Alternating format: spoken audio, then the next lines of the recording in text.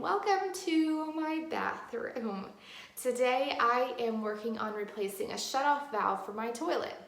And this is a really good idea to do, my house is a little over 10 years old and the supply line, the bottom of it has been a little rusted over, and I'll show you that here in just a few minutes. So that's just evidence of it could be one of a couple of things. One, the bathroom is a moist area, and when you take a shower, you get, how your mirrors get foggy. And the same thing can happen to this little plate around the bottom of your, where your water supply line is, where the shutoff valve is. It can get a little rusty looking. So it could be just from condensation in your bathroom, or it could be signs of a slow leak from your shutoff valve. And I'll show you what that looks like here. So there's several different kinds of shutoff valves, but this is one. So that's, where you turn the water off for the water coming into your toilet. So mine's a little rusted over, and because my house is getting a little bit older, it's a little over 10 years now, I figured it's probably time to just go ahead and replace the valve. And this is a very easy thing to do. So I'm gonna show you how to do it today. Another really good reason that a plumber friend actually told me that's a good reason to replace these, is that as cities grow, neighborhoods get put in, whatnot, like the little town that we live in is not so little anymore. So with all of these new developments coming in, the city is going to eventually have to increase the flow of water, the pressure of the water, to make sure the water supply is high enough pressure for all of these new houses coming in. I hope that makes sense. So when they do that, if these fittings aren't on securely, like an old fitting could just pop off, and then you're talking about a major flood in your house. If you're away at work, think about that, like 8-10 hours of water gushing in your house without you knowing about it, or if you're on vacation. So I just want to play it safe and replace my supply lines or my shutoff valves. So I'm going to take you through that today. I guess before we get started, I'm going to show you what mine looks like. Okay, so you see how mine's a little rusted through here, it's a little corroded. So that is what I'm going to be, that's just kind of what drew my eye down there. But also, this is a full turn valve. So to turn the water off, you have to turn it several times. So now I have it in the off position. So this new valve that I got is a quarter turn, and you can see here it's made by Brasscraft. I got it at Home Depot. We'll go through this here.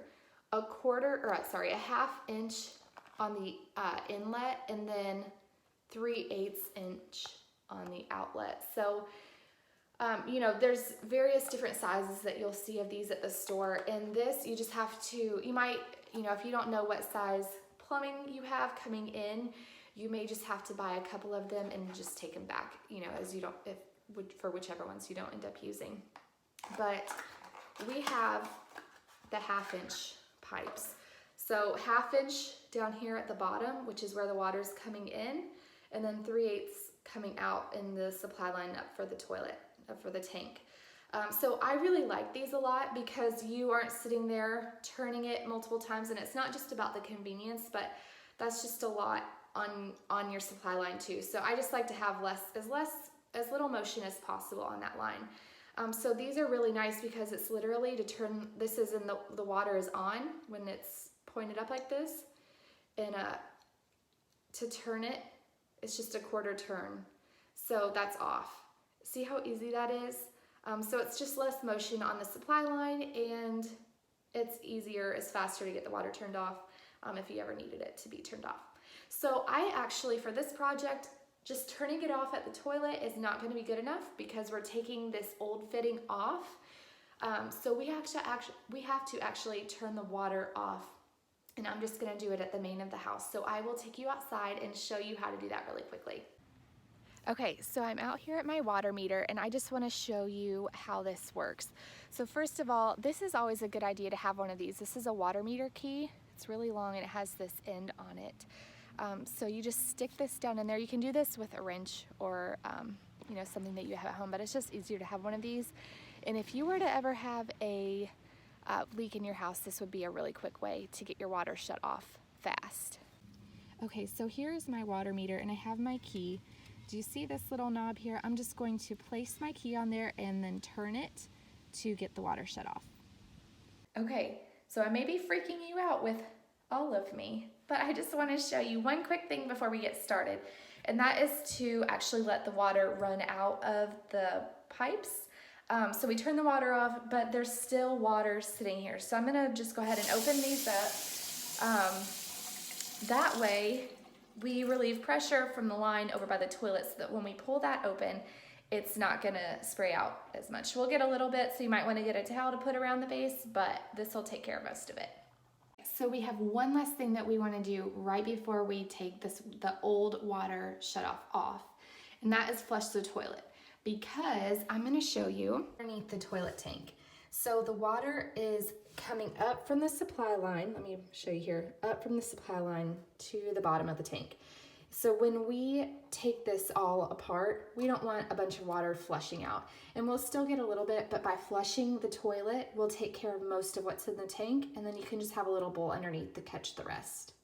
So I have my channel locks here, which are these, you can adjust, hopefully you can see these, you can adjust how big you need them to be. So I am going to just use these to take this off. It may already be loose enough, but mine was a little snug. So I'm gonna take this off here, just unscrewing this from the tank of the toilet.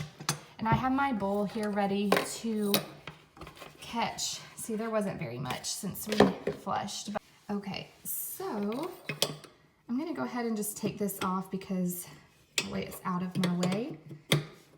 And again, I'm gonna save this. So it just pops right off here.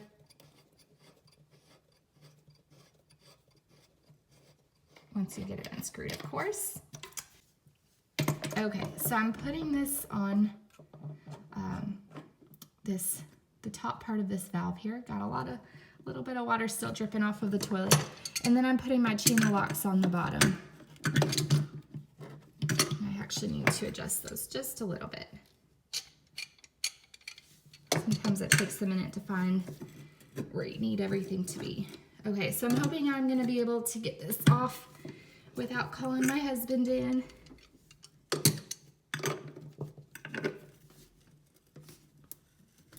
Okay, so the top one, I'm just holding stationary and I'm turning the channel locks at the bottom. See, girls, we can do this. Okay, let me see if this is loose enough now.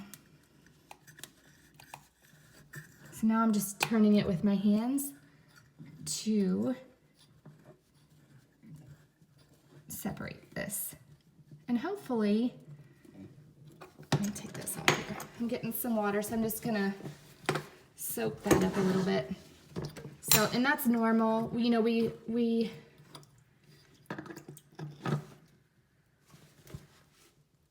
tried to remove as much of the water pressure as we could, but this is actually the lowest point for the water in our house, so it is still coming out. So down inside between this nut and my pipe, there is a brass ring. So if that doesn't just pop off, we are going to need to get that removed. So one tip that I learned from a guy actually at Home Depot, and I really love it because there's a special tool you can buy to actually remove this, but I don't really want to spend any extra money. So I am just going to remove this by loosening the fitting up a bit with this screwdriver. So I'm fitting the screwdriver down in there. I'm gonna tap it a little bit here and then see if we can get it popped off. And I may have to tap it some more. Okay, so I don't have a whole lot of room to try to get this out, so I'm gonna try to remove this cover here, and I got some tin snips. So I'm just gonna try to cut this out because it'll just be so much easier to get down in there to remove these fittings. Okay, so I've got that off. See, nasty, nasty. And I'm going to just clean this area at the base here because I'm gonna get all that like water buildup and everything off the floor from sitting there for over 10 years. Okay, so I have that cover off and I am now able to actually see this brass ring. Do you see that? That's what's keeping this nut from coming off. So I'm back to this. I have my screwdriver and I'm gonna put it here just at the very tip or at the very top edge of this ring. I have my hammer and I'm just going to tap this down to try to break it loose.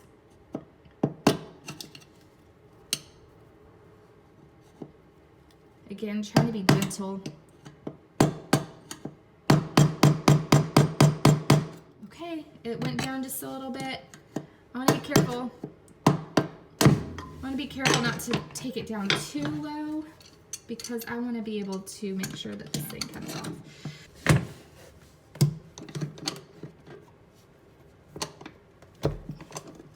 Okay, so I had to stick this little screwdriver in here and improvise a little bit to wedge this up, but I almost got this fitting loose. I'm just trying to be really gentle to pop this thing off because again, I don't want to do any damage to the pipe. I'm almost there.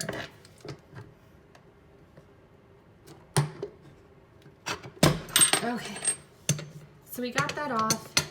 So here's the brass ring, and that is a compression ring. And this nut just sits down in there. So that is it. That's what it looks like. Before I put the valve on, I want to put this cover plate on, and this is called a flange. It's 1/2 inch, so the opening is going to fit over the pipe here. So I'm gonna put this down. It's gonna be a little bit snug, but that's okay. Okay, so that fit right over the top. So we have a nice new finish. And now I'm going to take this apart, putting the nut on first, and then the compression ring goes on over that. So the next step is to just put this on here. You want to make sure that the shutoff valve is obviously in the front where you can reach it. You don't want that to be facing the wall. I guess you could, but I prefer it here where it's easily accessible. Okay, so I'm putting this shutoff valve down, and I'm just going to go ahead and get it started with this nut on the bottom. Okay, so now it's just snug by hand. And I'm gonna put this wrench here just to hold it into place. Get my channel locks ready. So I'm gonna be turning the nut on the bottom because I want my shutoff valve to stay where it is.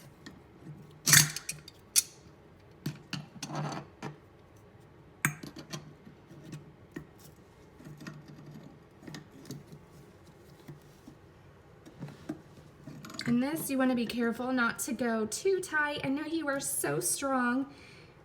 You want it to be tight enough to where it's snug, but not too tight to the point where you damage. Okay, so I'm gonna leave it there and just go check turn the water meter back on. We'll check to make sure it's dry. And then from there, we will connect the supply line back up to the tank and we will be done. Okay, so all is good. Everything is dry, which is awesome. I just had Jeremy turn the water on for me outside while I checked in here to make sure that this stayed dry and we didn't need to shut it back off to tighten it anymore. So we are all good. So the last and final step is to connect this supply line back up to the toilet. So I'm going to take this off. And again, obviously, if you've turned your water back on by now and you're following this step by step, hopefully you caught this before. But you want to make sure that this is in the off position before you turn your water on, because otherwise, as soon as this turns, water would shoot out of here. So that could be a bad situation. So anyway, I'm going to take this end, goes back up to my tank. So I'm going to get that ready to go here. And then this fits down into the bottom. Okay. And I'm screwing it up here at the top too. Move this so you can see. I'm just getting that into place, and I'll tighten that better with my tools as well. But for now, I'm just doing it by hand to get it started. Okay, so I'm taking my wrench. This is a 5/8. I'm gonna tighten this up even more. Again, you don't wanna over tighten any of these fittings because you could have caused more damage, more harm than good. But you wanna get it really snugly fit there.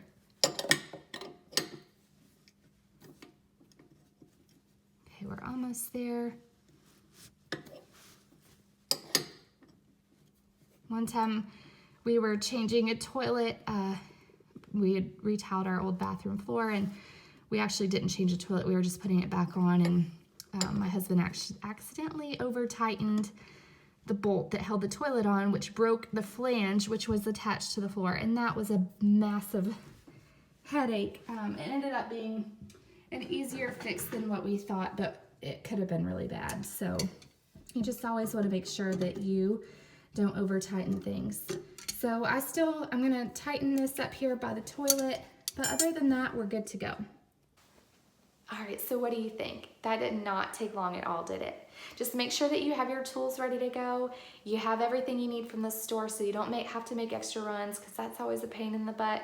But other than that, you can get this job done so quickly and so much cheaper. If I had called a plumber in for this project, it would have been about $150, and I spent $7. So I will take that any day. Thanks so much for joining me for this project, and I can't wait to see you next time.